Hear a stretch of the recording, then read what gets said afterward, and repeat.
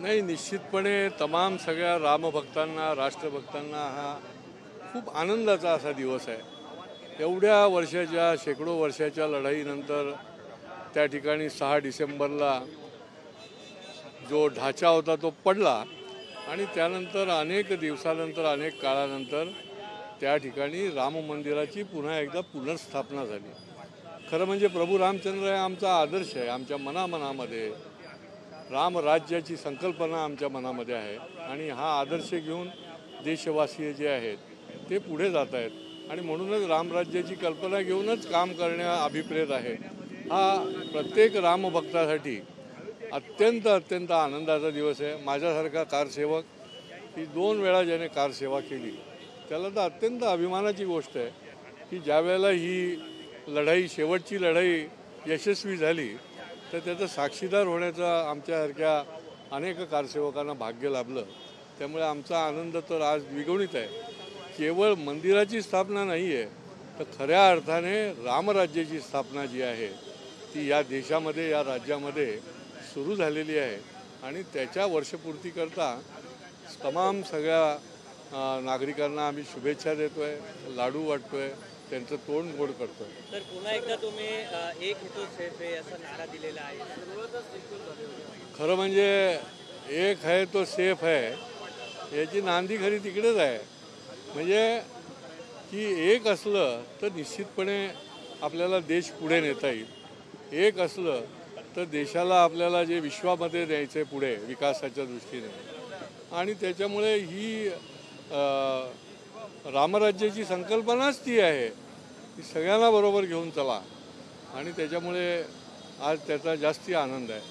तर जो देश सेफ आहे असं म्हणतात, गेल्या काही दिवसापासून बांगलादेशची घुसखोरी सुरू आहे। सकल हिंदू समाजाने देखील अनेक रॅल्या काढल्या होत्या, तुम्ही देखील ठाण्यात काढली होती। कसं वाटतं पोलिसांची कारवाई या केंद्र सरकारच्या या राज्यामध्ये अशा प्रकारची कारवाई सुरू आहे? नाही, पोलिसांनी आणि शासनाने जे आहे ते अत्यंत गंभीरपणे घेतलेलं आहे। कारण की ते केवळ मजुरीसाठी येत नाही आहेत तर या ठिकाणी देशविघातक आणि अशा प्रकारचं काही गैरकृत्य करायला देखील ते पुढे येत आहेत आणि त्याच्यामुळे हे कोम्बिंग जे आहे ते कायमस्वरूपी चालू ठेवण्याची गरज आहे। आणि मी जनतेला देखील आवाहन करेन की प्रत्येकाने सजग राहायला पाहिजे आणि सतर्क राहून कुठेही असं कुठे दृष्टीपथास पडलं तर ताबडतोब निदर्शनास आणायला पाहिजे संबंधित अथॉरिटीच्या।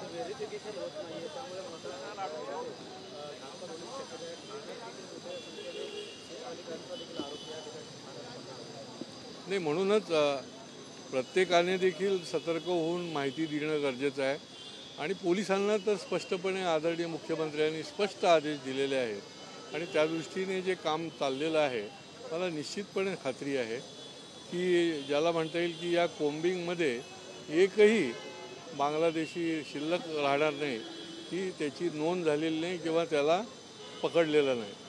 तर पालकमंत्र्यांना धुसफूस अजून चालू आहे। नाशिक असेल या रायगड असेल, गिरीश महाजनकडनं काढलेलं समिती आहे तर एक पालकमंत्र्यांवरून आता कामं।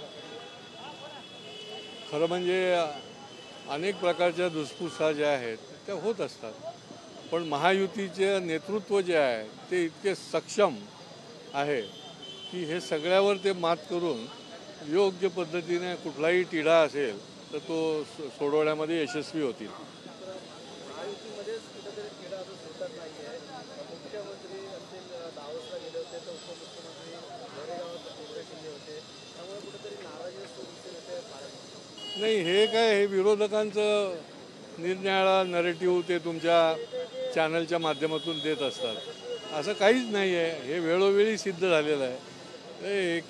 एक दिलाने आणि एक दिशेने या राज्याला पुढे नेण्याचं काम जे आहे ते करतायत। कसं बघतात आता सरकार तुमचं आलेलं आहे, डम्पिंग असतील प्रश्न, त्याचबरोबर पाण्याचा प्रश्न असेल, असे अनेक प्रश्न मार्गी लागलेले आहेत। आवडीचा आरोपीने 83 कोटीचा जो आहे ते केंद्र आता नवीन आलेलं आहे कचऱ्याला नाशिक हायवेला द्यावं। खरं म्हणजे पाण्याच्या विषयामध्ये म्हणजे निवडणूक संपल्या अनेक प्रकारचं बैठका, अनेक प्रकारच्या चर्चा या मी ताबडतोब सुरू केल्या। केवळ विधिमंडळात उपस्थित करून चालत नाही एक पत्र देऊन चालत नाही, तर सातत्याने त्याचा पाठलाग करायला लागतो. आणि हे खरं आहे की आम्हाला पाण्याची कमतरता आहे आणि त्याच्याकरता मुंबई महापालिका असेल, भातसा धरणाचं असेल, या कुठल्या ना कुठल्या माध्यमातून तातडीने पाणी मिळायला पाहिजे. आणि म्हणूनच या निर्णया बैठका, जवळजवळ 4 बैठका चर्चा मी केली आहे. माननीय या ठाण्याचे नेते आणि उपमुख्यमंत्री एकनाथ शिंदे साहेबांबरोबर पण माझी चर्चा झाली आहे. आणि मला वाटते या आठवड्यामध्येच त्यांनी कबूल केलं आहे की मी लवकरात लवकर मीटिंग लावतो. कारण की पाण्याचा प्रश्न जो आहे तो जसा कायमस्वरूपी पण सुटला पाहिजे, त्याचप्रमाणे आत्ता जी टंचाई आहे त्याच्यावर देखील आत्तापासूनच मात करायला पाहिजे. आणि त्यामुळेच माझा हा सातत्याने प्रयत्न सुरू आहे. मला खात्री आहे की याच्यामधनं मार्ग निघेल आणि हा प्रश्न जो आहे, जो आत्ता टँकरच्यावर अवलंबून आहेत, अनेक घोडबंदरवासी असतील किंवा निरनिराळ्या भागातले लोक असतील, तर त्याच्यावर उपाययोजना जी आहे ती 100% पूर्ण होईल. सर, प्रत्येक वेळा महानगरपालिकेकडून नोटीस काढण्यात येते, पाण्याची कपात आहे, पण आता काही दिवसांपासून पाणी गढूळ देखील येत आहे. नाही, गढूळ पाणी येण्याचं काही कारण नाही आहे. एखाद्या ठिकाणी काही ती जी लाईन आहे त्याच्यामध्ये काही तुटली बिटली असेल तर ते मिक्सिंग होतं आहे, पण त्याच्यावरही उपाययोजना केली आहे. कारण आपल्याकडे 100% आपल्या पिशेच्या माध्यमातून आपल्याकडे जो जलशुद्धीकरण प्रकल्प आहे त्याच्या माध्यमातून पाणी शुद्ध येत आहे. तर ठाकरे गटाकडनं काही नगरसेवक, माजी नगरसेवक जे आहे ते भाजपचे वाटेवर आहेत. लवकरच त्यांचा आता पक्षप्रवेश होणार आहे अशी माहिती कळते. हा एकंदरीत नाराजीमुळे ठाकरे गटातील किती लोक आपल्या पक्षामध्ये इच्छुक आहे? महानगरपालिका जवळ येत आहेत, महायुतीची ताकद बघतात, ठाकरे गट या ठिकाणी वळतात. नाही, निरनिराळ्या पक्षांच्या माध्यमातून अनेक लोक संपर्क करत असतात. त्यांना आता भारतीय जनता पार्टीची सगळी भूमिका, भारतीय जनता पार्टीचं तत्त्वज्ञान, विचार असा अनेकांना पटत असतो आणि त्याच्यामुळे ते येण्याला देखील इच्छुक असतात. ज्या तिथे आमचं कमी आहे त्या ठिकाणी आम्ही लोकांना स्वागत करत असतो, मग ते राज्यात असो, देशात असो किंवा शहरामध्ये असो.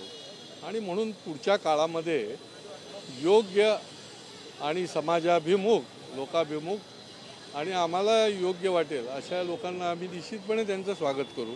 जास्तीत जास्त संख्या भाजपचे नगरसेवकांमध्ये असणार आहे. काय वाटतं जागा वाटप फॉर्म्युला संदर्भात? त्याच्याबद्दल तर आता कुठलीही काही चर्चा झालेली नाही आहे आणि त्याच्यामुळे आत्ता काही सांगू शकत नाही की जागा वाटप, किती जागा, काय जागा.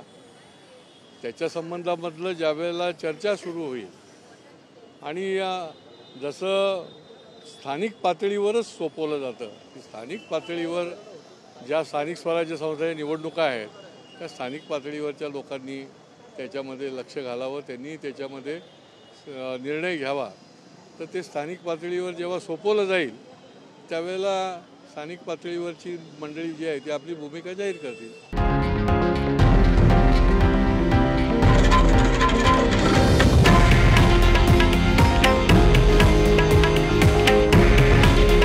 हे आहे देशातील नंबर 1 न्यूज नेटवर्क आणि आपण पाहत आहात TV9 मराठी. काळजी तुमची, हित महाराष्ट्राचं.